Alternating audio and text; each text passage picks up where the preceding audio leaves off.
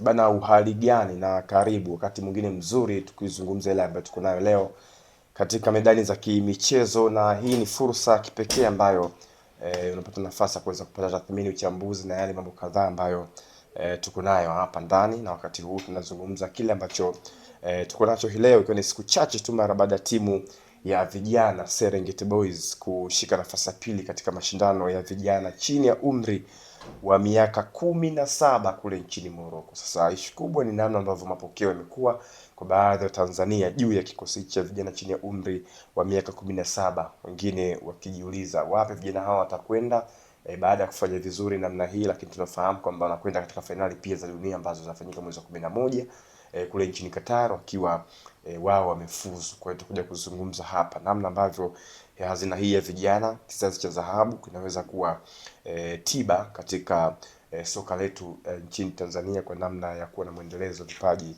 vya mara kwa mara kwenye vikosi vyetu vya wadogo kuelekea senior team. Niko na Clay Uto katika uchambuzi wa haya ambayo leo tutakuwa nayo kwa uchache kabisa. Clay, umeshuhudia hivi karibuni timu ya vijana under 17 ikitutoa kimasomaso Tanzania mbali na kufika finali. Tulikwama kufika kunako hatua tulikwama kuchukua ubingwa, lakini bado inasalia kama nembo ya kipekee ya soka nchini Tanzania kufika finali za michuano ya Afrika kwa vijana.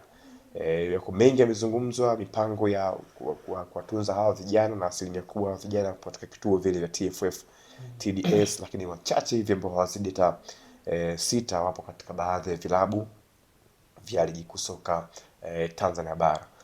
Nini unakiona kwa mtazamo wako katika maendeleo ya soka la nchi hii, hasa kwenye ngazi ya vijana ambako tulikuwa na kilio cha muda mrefu kuwa na timu bora za vijana? Hawa walifuzu AFCON lakini sasa hivi wamefuzu kombe la dunia ambalo litafanyika mwezi wa 11.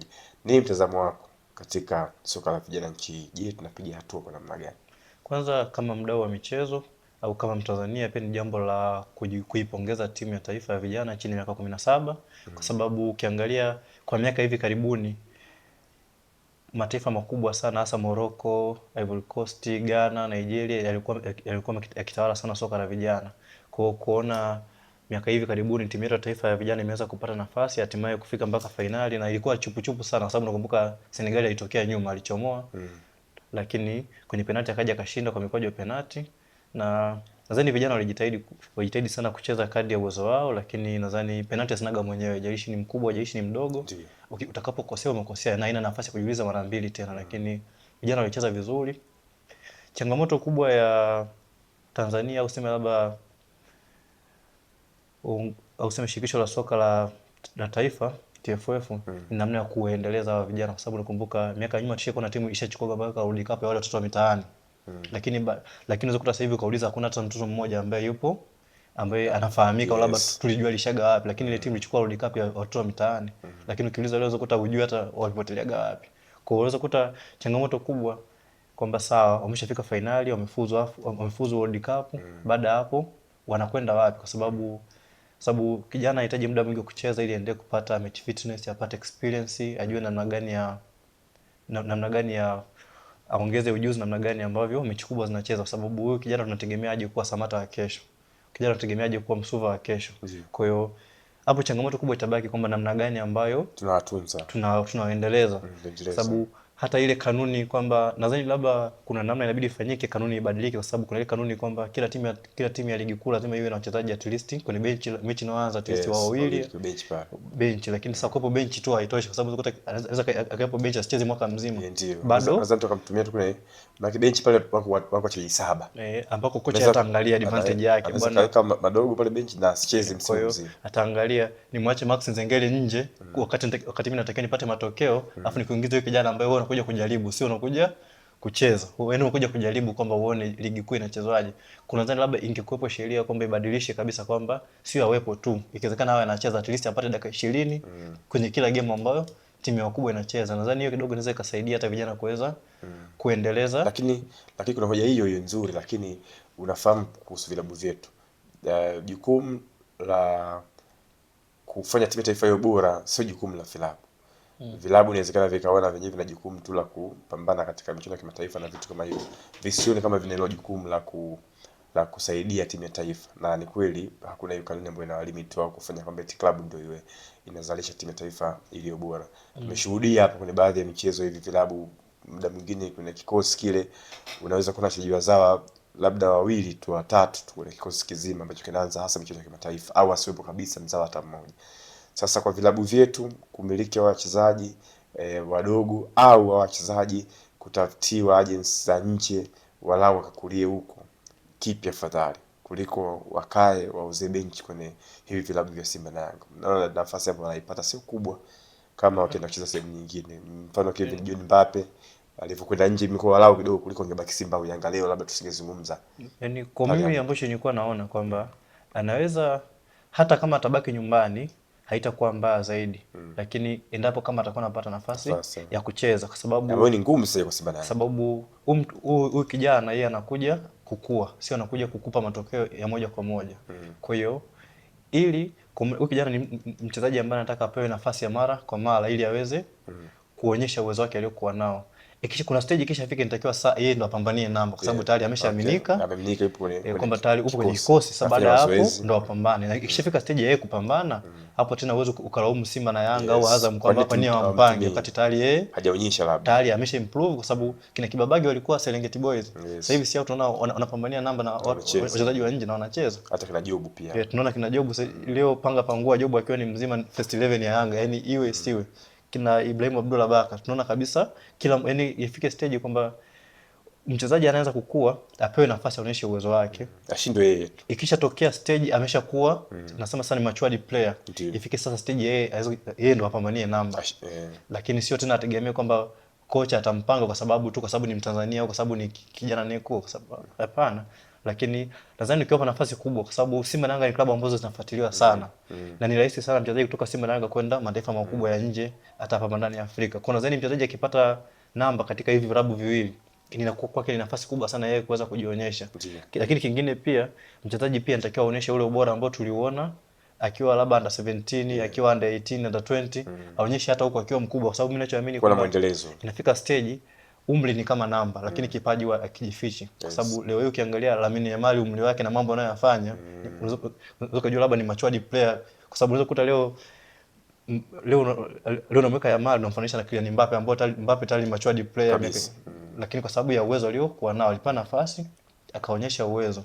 Kwa changamoto nyingine unakuja kwa vijana, unakuta akishafika labda Simba na Yanga anahisi yeye ndo ameshamaliza mpira kabisa, yeye ndo basi sasa, kwamba hata ule uwezo ambao alikuwa anaoneshaga au kujituma tena yani hatuoni tena. Tulichokuwa na mchezaji alitoka Serengeti Boys, sasa hivi nadhani golikipa Rwanda alikuwa Ramazani Kabwili, alipewa nafasi akacheza mpaka mechi ya dabi, lakini baadaye wakarelax, ikatokea sijui skendo za huko na huko akapotea kabisa. Lakini kuna hapa katikati timu zilikuwa zinawapa nafasi wachezaji wetu au kina Mwenda tunawaona hao walipewa nafasi ya kuonyesha uwezo wao, walishakuwa kina Jimson Mwanuke walishaonyesha uwezo wao. Kwa hiyo nadhani ifike stage kwamba hata kama mchezaji tunampigania apewe nafasi, lakini pia naye pia anatakiwa ongeze nafasi ya kujituma, hata kama hatafanya mambo yale makubwa ambayo tunategemea, lakini kuna average fulani nasema kwa kabisa huyu mchezaji anaweza akapewa muda, au mchezaji anaweza akafikirika namna gani anaweza akapewa namba.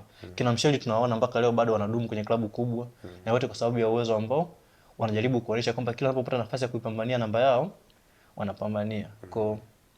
Lakini hata hiyo hoja kusema kwamba tuwatafutie nje bado, yani kwa sababu mchezaji mataifa ya nje sana, na hata sio ya nje tu, hata hapa baadhi ya mataifa makubwa kama Misri huko, Morocco, baadhi ya mataifa ambayo yameshakuwa matured yanazingatia sana jitihada pamoja na uwezo wa mchezaji. Kwa hata kama tukikutoa nje, kama bado utaendelea kujituma, bado utaonekana hauna lolote, na bado utarudishwa tu Tanzania, au labda ukaachwa kabisa usiendelee tena kucheza huko uliko. Kwa nadhani wachezaji wengi wakishakuwa kwenye hatua za kujitafuta wanaonyesha kiwango kikubwa sana kuliko wakishapewa nafasi kwenye timu kubwa. Ni wachache sana ambao huwa wanakuwa wanajitambua na kuweza kuendelea kuonyesha kile kitu ambacho walichokuwa nacho. Lakini kuna muda mwingine pia nahisi ni wasimamizi pia ambao wanawasimamia wachezaji. Nao pia wanachangia moja kwa moja kuua vipaji vya vijana ambao wanakuwa, kwa sababu unaweza kuta labda leo Simba inakwenda kusajili mchezaji labda under 17 ilivyoona wamefika labda World Cup. Lakini unaweza kuta wakala akanataka pesa ambayo kwa sababu tu labda Simba inakutaka basi nipate kiasi kikubwa kuliko ambacho unakuta mchezaji haifiki thamani hiyo. Kwa ukuta kuna muda Tamaa ya watu wanaowasimamia. Kuna muda watu wanaowasimamia sana, kuna muda wanaharibu sana wachezaji kwa sababu wanaangalia sana maslahi yao kuliko hata maslahi ya wachezaji. Yaani kuna muda, kwa sababu tunafahamu sasa hivi hakuna mchezaji yote ambaye ikitokea Simba, Yanga au Azam inamtaka ataleta mgomo. Kwa kuna muda hawa mawakala ndio wanatumia nafasi kama nafasi yao ya kuweza na wao kufaidika, sababu zote mpiga hesabu labda nimemlea toka huku chini, hakuna faida nilikuwa naingiza, kwa hiyo imekuja sasa sasa ndio wakati wangu kwamba bila kiasi fulani sikupeleki. Na mfano kabisa hapa Iringa tulikuwa na mchezaji anaitwa Emmanuel Kabelegi, alikuwa anaitwa Bodo. Ndio. Yes.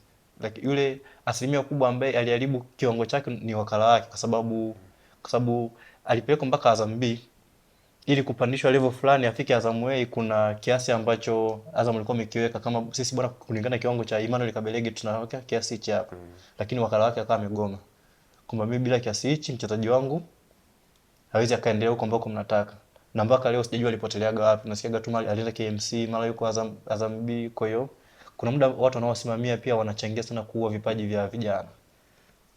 Sawa, lakini kwenye uligusia hapo kuhusu baadhi tunasimamia wachezaji kwamba kuna muda anaweza akaingiza tamaa, zimekuja ofa, mtoto mdogo anatakiwa na timu hii A na timu B, timu zikavutana, lakini kwa maslahi yake binafsi akavutia mpeleke sehemu fulani. Na watu kwa umri waliokuwa nao kwa asilimia kubwa kwa chini ya TFF, lakini ndio wanaposema kuna wengine, kuna watu nyuma yao ambako TFF pia mpaka wanafikisha vitu vyao, maana wanachukua kwenye baadhi ya maeneo ambako huko wanamilikiwa na watu fulani.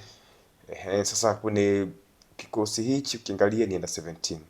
Maana hawa kwa asilimia kubwa hawatarudi kwenye under 17 ambayo itafuata kwa asilimia kubwa. Labda wale ambao walicheza kwa miaka 13. Na ni ngumu sana kuwapata hao. Ni ngumu kuwapata hao kwa asilimia kubwa. Maana wengi unaweza kukuta ndio wale 17 kamili au 16 point. Yes, baada ibaki miezi michache afike 17 hiyo. Huoni TFF wana jukumu la kuwafanya sasa hawa wawe tishio kwenye kikosi kijacho cha under 20. Maana pia kuna hizo AFCON zinakuja za under 20. Japo under 20 pia kuna wachezaji wengine kule, lakini kwa hawa kama ulivyosema bidii kuwachunga, kuweka karibu, utashtuka ukisikia under 20 tufanye vizuri baadaye kwenye kikosi kati yao za ukubwa ni sekondari hili hapa. Yaani unaweza kuta changamoto isiwe hata huko TFF sio wapi. Unaweza kuta tumewasikia leo wanaenda World Cup.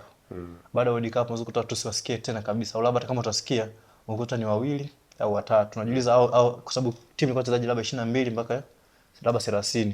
Au waliobakia wameenda wapi? Kwa sababu kila mmoja amepigana kufika mpaka timu pale ilipofika. Sio kwa sababu tu labda alikuwa apata nafasi mara kwa mara labda hajachangia mchango. Naye pia alichangia kwa kiasi chake. Kwa hiyo kuta changamoto ilifika kwamba hawa ambao sawa wameshatoka under 17 baada ya hapo wanaenda wapi? Sababu ukiangalia baadhi ya mataifa makubwa, kuna baadhi ya mataifa makubwa hata hizo labda huko Ulaya, hizo timu ambazo labda zimekuwa vipenzi vya mashabiki wengi, wachezaji wanacheza hata timu A kwamba anacheza kabisa na hakika wa namba, na kija mashindano ya vijana anaitwa kabisa.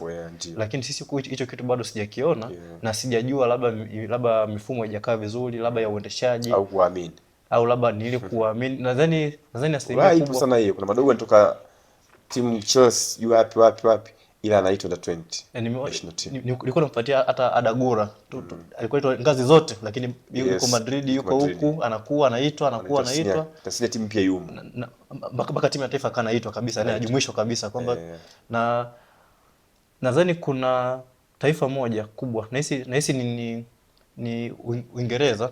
Kuna mchezaji nimemchukua wa Man U, sijapata kumbukumbu vizuri, lakini zimemjumuisha kwenye kikosi ambacho kinaenda World Cup. Hata kama hatacheza, lakini amewekwa akawe miongoni mwa kempu za World Cup kwamba akafanya mazoezi na timu ambayo senior timu ambayo inaingia World Cup. Kwa maana mchezaji akitoka pale anakuwa tayari matured. Kweli. Kwamba kuanzia training, maana anafanya training kubwa kuliko uwezo wake ambazo zinamjenga kisaikolojia na kwa ukomavu wa mwili pia, lakini pia zitakuja kumsaidia pia hata mashindano makubwa yakija tayari anakuwa na experience. Lakini sisi huko kwetu sasa sijajua labda ni terms of biashara au sijajua ni nini, kwamba mtu anaangalia Kevin John tayari yupo kwenye peak. Naweza nikamuuza kwa gharama kubwa sana na kwenye soko nakubalika. Kuliko nije nipambane na kijana wa under 17 ambaye bado hajakuwa. Unakuta wengi wanasubiri mpaka mchezaji aje kuwa matured ndio waje wamgombanie sasa. Lakini huku chini hawaoni hazina huku chini. Huku chini hatujajua ilikuwaje akawaje. Kwa mfano unaweza kukuta mchezaji kama Clement Mzize leo hii ni top stake ambayo kusema ni kama level ya Afrika, lakini huko chini hatujajua alipita timu gani, akaenda timu gani, hakupita kwenye misingi la academy, ni alibukia tu, ni nguvu zake mwenyewe, jitihada zake mwenyewe. Na hata watu ambao ukuta walimsupport unakuta labda hakupata kabisa watu kumsupport, amekuja kusupportiwa tayari ameshakuwa mature, tayari ameshakuwa mtu mzima. Lakini huku chini hatujajua ilikuwaje. Sasa si kila kijana anaweza akapambana, labda kama Clement Mzize akajipambania kutoka huko chini mpaka afika level ya juu. Kuna wengine ambao wanataka support kutoka chini aendelee kukua. Nadhani kwa sababu haya makelele yamekuwa ni mengi kwamba timu ya vijana baadaye inakuja inapotea. Tena timu ya vijana inaibuka tena nyingine. Shangano baki kwenye piki ni wawili labda watatu. So unajiuliza hao wengine walipotelea wapi au sasa hivi wanafanya kazi gani? Kwa hiyo nadhani bado hatujaweka mifumo sahihi.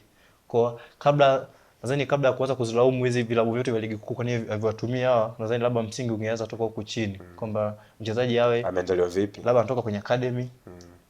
Labda under 20, labda sema under 17, tumuone under 18, tumuone under 20, tumuone under 21. Siku kumwona kwenye senior team anakosha komaa, ashakoma short. Na hata kama akiwa under 17 basi hata hii senior team kuna mashindano ya friendly, hizi friendly games za kimataifa za FIFA. Kwa sababu kocha pale hapewi limit ya kuita wachezaji. Hata juzi waliongezwa wawili wale. Kutoka timu ya vijana. Yaani shida unaweza kuta akaitwa, afu baadaye akaitwa tu akaonekana ameitwa. Hiyo experience kusema ya kucheza mchezo mkubwa anapata wapi? Kwa sababu kama kocha unamuita afa anakaa bench. Unamuita anakaa bench. Bado ataendelea kubaki vile vile kama alivyokuwa tu. Kwa zaidi akiwa anapata nafasi ya kucheza ni bora zaidi, kwa sababu kuna mashindano ya kuja gari ya chani kutuma wachezaji wa ndani. Kuna mashindano hizi friendly game ambazo hazikulazimu na wala hazina hasara yoyote hata kama ukipoteza game, lakini ukiongezea ukomavu wa wachezaji. Nakumbuka kuna kocha alikuja, sikumbuki ni kocha gani, lakini alikuja kipindi hicho Kevin John alikuwa yuko under 17, alimuita timu ya taifa ya kubwa ile, ilikuwa kwenye AFCON, alimuita akamuunganisha kabisa, na kawa na baadhi ya mechi anamuingiza, ambao leo Kevin John leo hii ni tayari unasema kwamba tayari ameshakuwa matured, lakini msingi ulianzia huko chini. Kwa hiyo labda nadhani tukiendelea kupiga makelele kwa TFF, labda watatafuta suluhisho namna gani kuweza kuwasaidia vijana. Ni kwamba ifike stage kwamba tuone timu yote kuanzia namba 1 mpaka namba 21 au namba 22, hata wale wanakaa bench tusikie wanacheza ligi kuu, kwa sababu mwisho wa siku hawa ndio ambao wanategemea waje kuwa wakombozi wa taifa, hasa mashindano makubwa, kwa sababu yani unaweza kukuta sifa ambazo vijana wamepewa kushiriki World Cup tofauti na kama ikitokea Taifa Stars imeshiriki AFCON.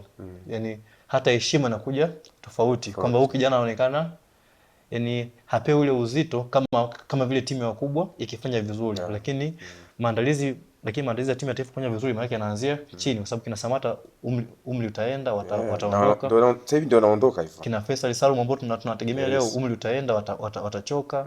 Kina Msuva umri tayari unaweza kusema tayari umri umeshaenda tu. Hatutegemei kuona tena miaka 5 mbele kupigania taifa kama walivyo sasa hivi. Maana yake vijana ambao tuna leo ni under 17 ndio tunategemea waje kuja kuwa wachezaji wakubwa kuja kusaidia taifa baadaye, lakini kama tusipoendeleza bado changamoto itabaki ni ile ile tu. Sawa, under 20 na under 17 final hizi kombe la dunia zinachezwa mwezi wa 11. Unafikiri tunaweza kuwa washindani kama tulikuwa washindani katika hizi AFCON, au daraja la kule kidogo itabidi mwalimu atumie nguvu zaidi? Tofauti ya mashindano ya AFCON ya vijana na World Cup ya vijana, kule unakutana na timu ambazo ziko very serious na mashindano, hasa mataifa makubwa. Kwa mfano labda utolee mfano labda ukutana na Spain, ambao ukuta baadhi ya wachezaji wake labda kutoka Barcelona, wako Madrid, wako Atletico, wako Valencia na wanacheza kikosi cha kwanza kabisa cha timu. Hautakuwa nao sawa wewe ambaye mchezaji wako ametoka tu kwenye mashindano, baada hapo amekaa tu kambi, yamkuja mashindano ndo akacheze. Hapo lazima kutakuwa kuna gap kubwa sana tu, sio gap kubwa sana, kwa sababu unakutana na timu ambayo tayari ina experience ya kucheza mashindano makubwa. Nadhani wenzetu wana UEFA vijana kama UEFA vijana kabisa kwamba mchezaji hata kama atakuwa yupo kwenye klabu yake, lakini kitokea mashindano ya UEFA vijana anacheza. Kwa huji kukuta, lakini hivyo vitu siku kwetu ni vichache sana, au inawezekana kabisa havipo, au hata kama vipo basi vinashiriki basi mara moja sana kwa mwaka. Kwa kuja kutana na mchezaji ambaye ameshapita level zote, ligi ya vijana, timu ya taifa vijana, acheze senior timu. Sisi tuna mashindano machache. tofauti na wenzetu. Yaani wenzetu Wanacheza mashindano mengi. wenzetu Si ndio? wana mashindano mengi ya kumkuza kijana tofauti na sisi. Kunakuta mchezaji inakuwa rahisi kuweza kuuzika. Kwa hiyo hata Madrid wanavyochukua mchezaji kutoka youth team, unaona huyu mchezaji kweli ana experience ya kucheza Piga ligi ya vijana, kapiga UEFA. Na unakuta amecheza kufuatia muda mrefu. Kwamba tumekuwa na ligi ya vijana, Na ligi kuu za nchi zao za vijana. tumekuwa na ligi kuu, tunaona huyu mchezaji kweli anafaa. Lakini unakuta sisi kwetu kama hivyo wanakuambia kwamba AFCON imeisha, kwamba mchezaji akakae camp. Na akifika camp hapo kitu kubwa ambacho anageni labda ni mazoezi, lakini sio match fitness. Na hiyo match fitness maana anakuja kuipatia kwenye World Cup ambao kuja kucheza na timu ambao wachezaji wake wana match fitness, kwa sababu wameshacheza ligi kuu, wana uzoefu wa mechi ngumu inachezwaje, wana uzoefu hizo za UEFA vijana inachezwaje. Kwa hiyo inakuwa ni ngumu sana kwa defeat. Sawa, na mtazamo wako ni upo kumalizia. Tuna kocha pia mzawa, yule jamaa ambaye yuko na under 17 yule. Ni mwalimu mzawa. Na nyuma kidogo ilikopo ni ngumu kwa Paimani makocha wazawa. Tunasema bana waende wakajitafute huko nchi zingine, bwana nchi zingine wanakuja kwetu. Lakini huyu ameweza kujitambulisha kupitia timu yetu na yeye akiwa ni Mtanzania. Hii inatoa pia inatoa mwangaza gani kwa walimu wengine wazawa? Na mwalimu ni kijana kabisa. Yaani Tanzania sio kama haina walimu wazuri. Ina walimu wazuri sana. Ndiyo. Lakini tunachokosa ni imani ya kuamini kwamba tuwape nafasi kubwa. Leo unaweza ukaona, kwa mimi mtazamo wangu, Tanzania kwa sasa hivi hakuna makocha bora sana. Ukiwataja utamwacha Juma Mgunda, utamwacha Hemedi Morocco, utamwacha Ahmad Ali yule wa JKT Tanzania. Ni miongoni mwa makocha bora sana, na wengine Amani Josia yule. Amani Josia, yani mwalimu wa timu ya Dodoma. Ni moja ya makocha bora sana. Lakini unaweza kuja kuona hata kama zikitokea ofa za hizi Simba na Yanga, wanawapa mkataba wa muda kuwajaribisha tuone kwamba tushikie timu tuone. Lakini kusema kwamba tuwape mikataba moja kwa moja kuamini, hilo swala halijawahi kutokea wala halijawahi kuwepo. Yani ni walimu ambao wanapewa nafasi labda kuchifani kaondoka wakieni wenje kushikilia timu labda mpaka mwisho wa msimu, zeni tutatafuta kocha mwingine. Yani kwamba ni vilabu ambavyo tayari hata sisi wenyewe mashabiki tumeshajiwekea, tukiona kocha mzawa tunakuwa hatuna imani kabisa na timu kwamba hii timu itatoboa kweli. Lakini tofauti tukiona pale kocha mgeni tuna imani kwamba yule kocha ndio bora kuliko makocha wazawa. Lakini ni kitu ambacho sio sahihi, kwa sababu kuna baadhi ya mataifa ambayo tayari yameshaonesha kwamba makocha wazawa wana uwezo wa kufanya vitu vikubwa. Kwa mfano Kongo wameshafanya hivyo vitu. South Africa wana Pitso Mosimane ni mmoja wa makocha wazawa, lakini ameshafanya vitu vikubwa sana kwenye ligi yao. Kwa hiyo nadhani ifike stage na sisi tuamini kwamba kwamba makocha wazawa wanaweza. Na nadhani kitu kikubwa ili sisi tukuone kocha, asilimia kubwa Tanzania tumejengea mpaka kocha fundishe Simba na Yanga. Yani tuamini kweli wewe ni kocha umefuzu vigezo, ufundishe Simba na Yanga. Lakini ukiwa huko Mbeya City tunaona kabisa wewe sio kocha, yani basi tu kwamba heshima yako upewe heshima inayostahili. Tofauti na kama ukiwa kocha wa Simba na Yanga, yani na hata makocha na wao pia kuna muda wameshajiwekea kwamba mimi nikifika pale Simba na Yanga pale ndo kila kitu pale. Ndio maana kuna baadhi ya makocha leo piga ni kupige, uweze kukuta wametoka kwenye vilabu vyao. Kwa mtu kama Selemani Matola ana miaka mingi sana pale Simba, yani pale miaka mingi, na nadhani hata yeye huwa anaona ni bora ile kubaki kama assistant kuliko kukua head coach. Kuliko head coach kwa timu zingine. Ni bora tu niwe assistant hapa Simba. Kuna heshima kubwa huko kuliko Simba kuliko kwenda timu ndogo ndogo. Kwa sababu ukienda kule upewe heshima kama wewe ni kocha. Kabisa. Lakini makocha, kwa hiyo na hata kuna kipindi tulimpa Morocco AFCON, alifanya vitu vikubwa sana, lakini hukuona kama alipewa heshima kubwa sana kama ambavyo angekuwa kocha kigeni aliyopewa. Yani kitu ambacho alifanya makubwa Hemedi Morocco. Kitu ambacho amekifanya Gamondi ni Gamondi timu ya taifa. Hakina tofauti sana na kitu ambacho alikifanya Hemedi Morocco kwenye AFCON yake. Lakini sifa ambayo anapewa Gamondi ni kubwa kuliko hata ambayo Hemedi Morocco alipewa. Lakini Hemedi Morocco alifanya kazi kubwa sana, kulingana na aina yetu, kulingana na aina ya timu tuliyokuwa nayo. Sawa, tumalizie nini wito kwa TFF wale pia ambao wanamiliki hao vijana na wadau wa mpira pia nchi? Nadhani tayari hata wao wameshaona kwamba soka la vijana linalipa sana, na wameshaona kwamba kuna biashara pia inafanyika hasa kwa vijana. Na sasa hivi ni mataifa mengi sana yameshaona Tanzania kuna vipaji na anakuja kwa wingi sana kuja kutafuta vijana wenye uwezo. Kwa nadhani sasa hapo ni wao kuona namna gani waviendeleza hivi vipaji ili kwa sababu kipaji kikiendelea, maana kuna faida mbili, faida kwako wewe binafsi na kwa faida kwa taifa pia, kwamba wewe utapata kipato kizuri kwa sababu utamuuza mchezaji kwa gharama ile ambayo ulikuwa unategemea kulingana na uwezo wake, lakini pia kijana huyo akishakuwa mature atakuja kusaidia kwa timu yako ya taifa, jambo ambalo litakaa likumbukwe maisha yako yote, kwamba bwana, labda Msuva ampita kwenye mikono ya mtu fulani, labda Samata ampita kwenye mikono ya mtu fulani. Nadhani wale ambao waliwakuza kina Samata mpaka leo bado wanapata zile sifa ambazo labda hawakuzifikiria au labda hawakutarajia, lakini mpaka leo tunawaabudu wakina Msuva na Samata na wengine kina Faisal, lakini kuna watu ambao waliamua kujitoa wakaamua kukuza wale vijana. Kwa nadhani hata wao ni kila mmoja kwa nafasi yake, kwamba kila mmoja labda Wallace Karia kama rais angalia namna gani anaweza akaendeleza vijana na kwa kifupi anajitahidi kadri ya uwezo wake.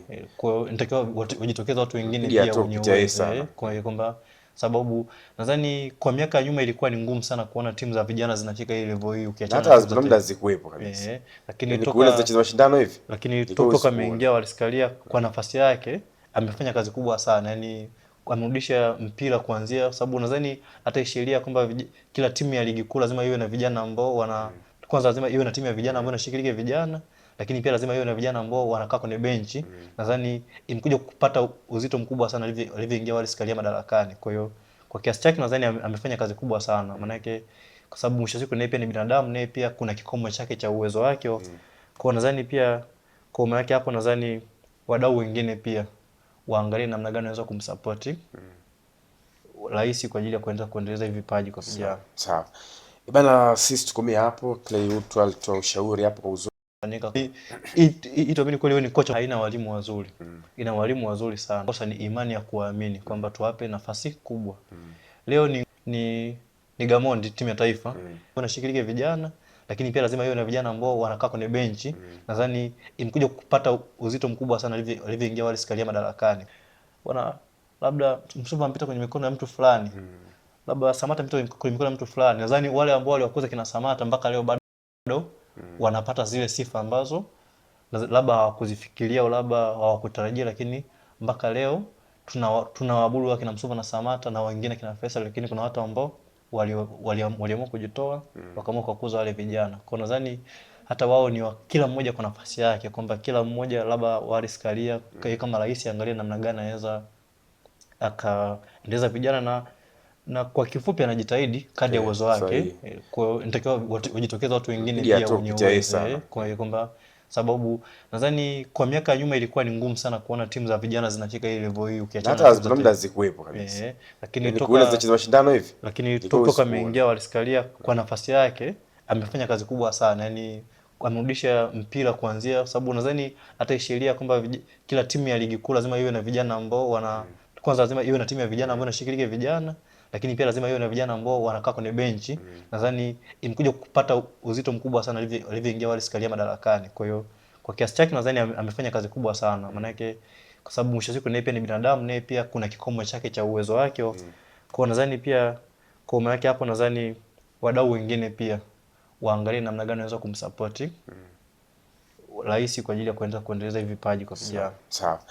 Bana, sisi tukomea hapo. Clay Utwa alitoa ushauri hapo kwa uzuri kabisa, namna ambavyo wadau wanaweza kufanya kuelekea kulinda vipaji vya hawa madogo under 17 ambao wamefanya vizuri kweli kweli hivi karibuni. Sisi tushukuru sana kwa mshiriki nasi vyema, endelea kutufuatilia kupitia mitandao yetu yote ya kijamii, lakini pia vipindi vyetu mbalimbali. Mimi naitwa Frank Vegula, asante na siku njema.